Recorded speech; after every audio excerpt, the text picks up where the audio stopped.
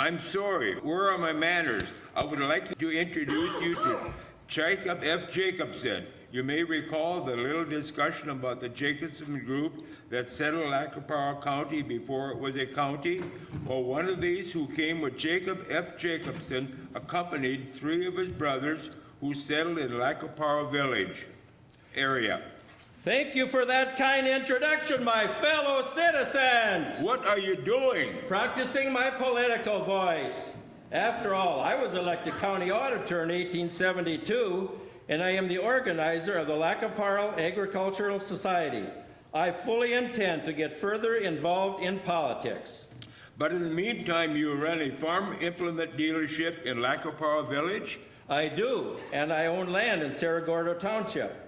Back to the issue on hand. Is there anything we can do to persuade the railroad to come to this area? I doubt it. The railroad people have a lot of money. They'll get investors to build towns along the railroad's tracks. He was right. The railroads would encourage investment in the city chosen by sharing an undivided one-half interest with local businessmen. Dawson, for example, was owned by officials of the Bank of Minnesota in St. Paul.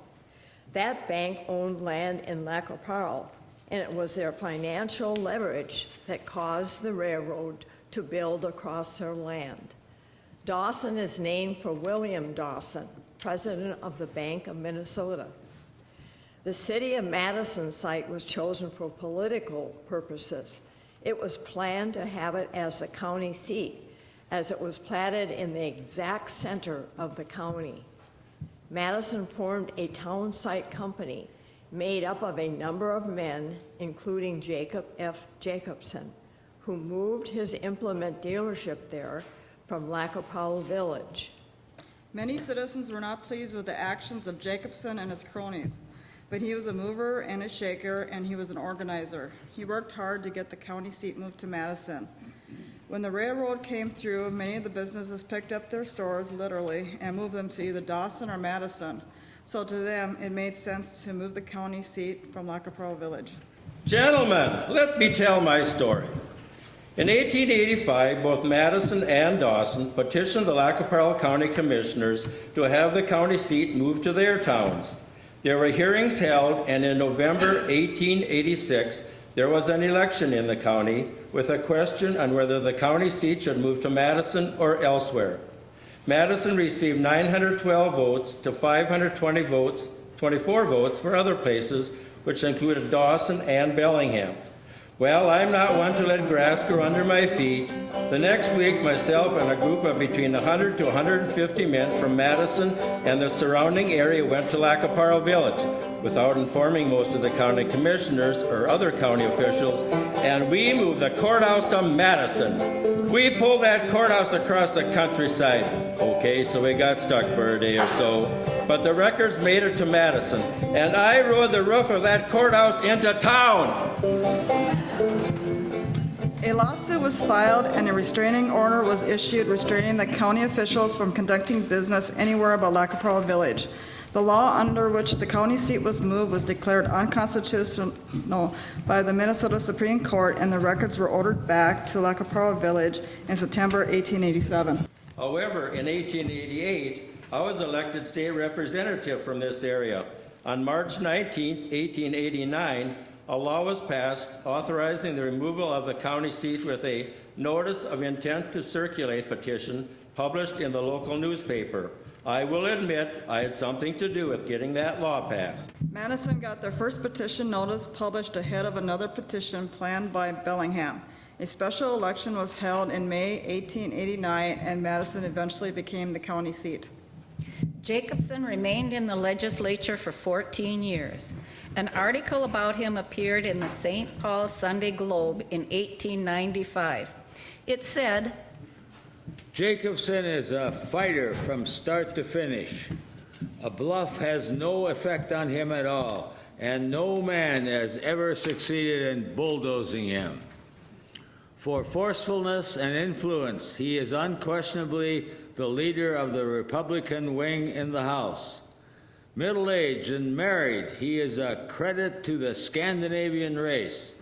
as well as the Republican mogul of Lacaparle County.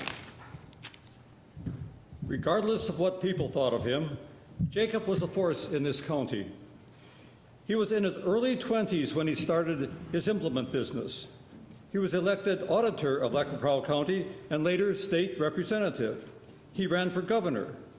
He was one of the organizers of the Farmers State Bank in Madison, which became First National Bank of Madison, and for a time served as its vice president. From 1904 through 1905, he was chairman of the Minnesota Board of Control. I think I am as proud of founding the Lacaparle Agricultural Society as I am of any of my political achievements. We held the first fair in October 1873 at Lacaparle Village so the farmers could exhibit their agricultural products and have a holiday. That first fair was one day. In 1874, it was a two-day fair. The fairs were held in Lacaparle Village until it moved to Madison in 1886. By then, many of us in the Agricultural Society had moved to Madison. The society purchased land for the fairgrounds. I was on the fair board for 64 years. So, let's have a fair. We'll have rides, games, and sideshows. We'll have food from church stands, selling dinners to booths selling cotton candy. Dealers show off the latest in farm equipment.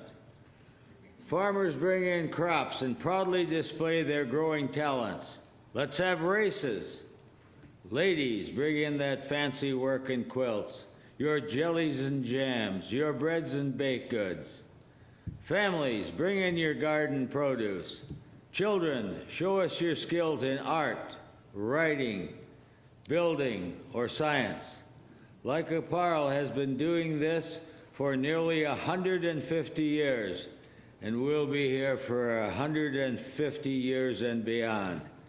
Our fair is the oldest successive fair in Minnesota. It's fair time!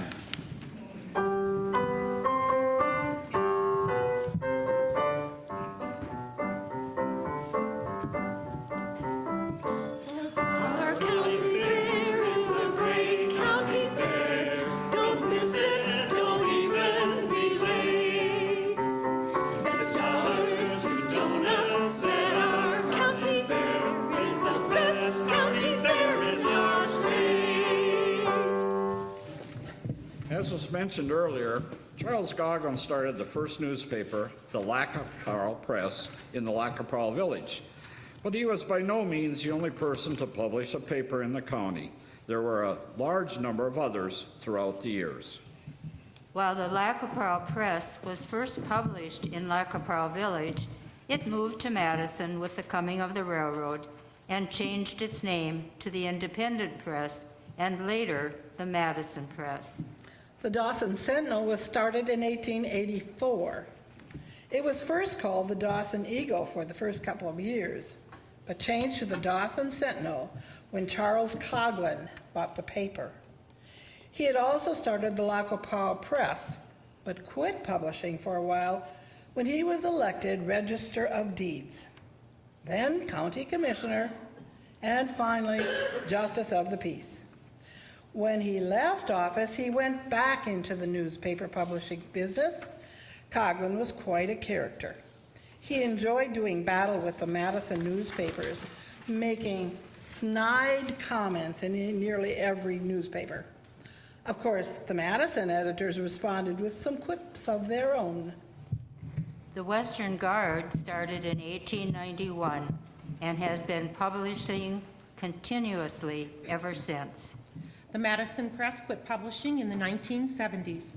Other towns in Lacaparle County also had their own newspapers for many years. There was the Boyd Bulletin and later the Boyd Advisor, the Marietta Messenger, and the Marietta News, the Nassau Review, and the Bellingham Times. It's quite impressive that 150 years later, the Dawson Sentinel and the Western Guard are still going strong. As the years went by, the original courthouse that had been moved from Lacaparle Village outgrew its usefulness. It was just too small. In fact, a grand jury was convened to investigate and examine the courthouse. In May of 1898, The grand jury found that the building was unsafe for keeping public records and unsuitable for offices of county officials. The building was condemned. Dawson was willing to build a courthouse at no cost to the taxpayer if the county seat was moved to Dawson, but alas, that did not happen. The county seat stayed in Madison. The building, the courthouse, was not without controversy. There was article after article in the various newspapers complaining about the cost. Finally, in 1898, the county commissioners decided to build the courthouse, but the cost was not to exceed $30,000. In today's dollars, that would probably be around $790,000. In the end, the Lackawanna County Courthouse was built in 1899 with money well spent. The building remains a beautiful structure, has been kept up to date, and serves our county well. However, the location of the county seat and the courthouse was not the only controversy. In 1920, there arose a new issue surrounding the erection of a statue on the courthouse lawn. I would like to thank the county commissioners for allowing me to speak at your meeting today. I was visiting your fair city and saw your beautiful courthouse. All it is missing is a beautiful fountain on its lawn. I am an artist, a sculptor to be exact. I envision a beautiful fountain depicting a woman, or perhaps several women, enjoying a beautiful day on this beautiful courthouse lawn. Do you agree? Thank you. I shall do you proud. It is such a beautiful day for a stroll. Let's go look at the new statue on the courthouse lawn. Let's do. I have not seen it yet. They're nudes! They put statues of nude women in the fountain. That did cause quite a stir. It did not sit well with the citizens of Madison. And in November of that year, someone vandalized the statues, tearing the arms from the ladies. The fountain was removed, and I don't believe there was ever another built. Jacobson, are you paying attention? I was just reading one of our old newspapers. This is from the Dawson Sentinel's May 18th, 1900 edition. Listen to this. How many people from here realize, while in Minneapolis, as they gaze upon that mammoth building known as the Hennepin County Courthouse and Minneapolis City Hall, that it is built entirely of Lackawanna County granite? Very few, we say, but it is a fact nevertheless. The first story of the Milwaukee Depot in Minneapolis is built of this beautiful stone, and a good deal of it is used in the state capitol at St. Paul. Lackawanna County has had impact statewide. One of the most important things for a county to have is a school. This was a priority for the settlers of Lackawanna County. Many schools were started throughout the years. In fact, there were 108 of them in the late 1800s and early 1900s. Some of them were held in homes, but many were one-room rural schoolhouses. The first public school was in Cerro Gordo Township, when this area was still part of Redwood County. That school was located near Lackawanna Village. Cerro Gordo was a township before this county was formed. After the county was organized, Lackawanna Township was severed off from Cerro Gordo Township.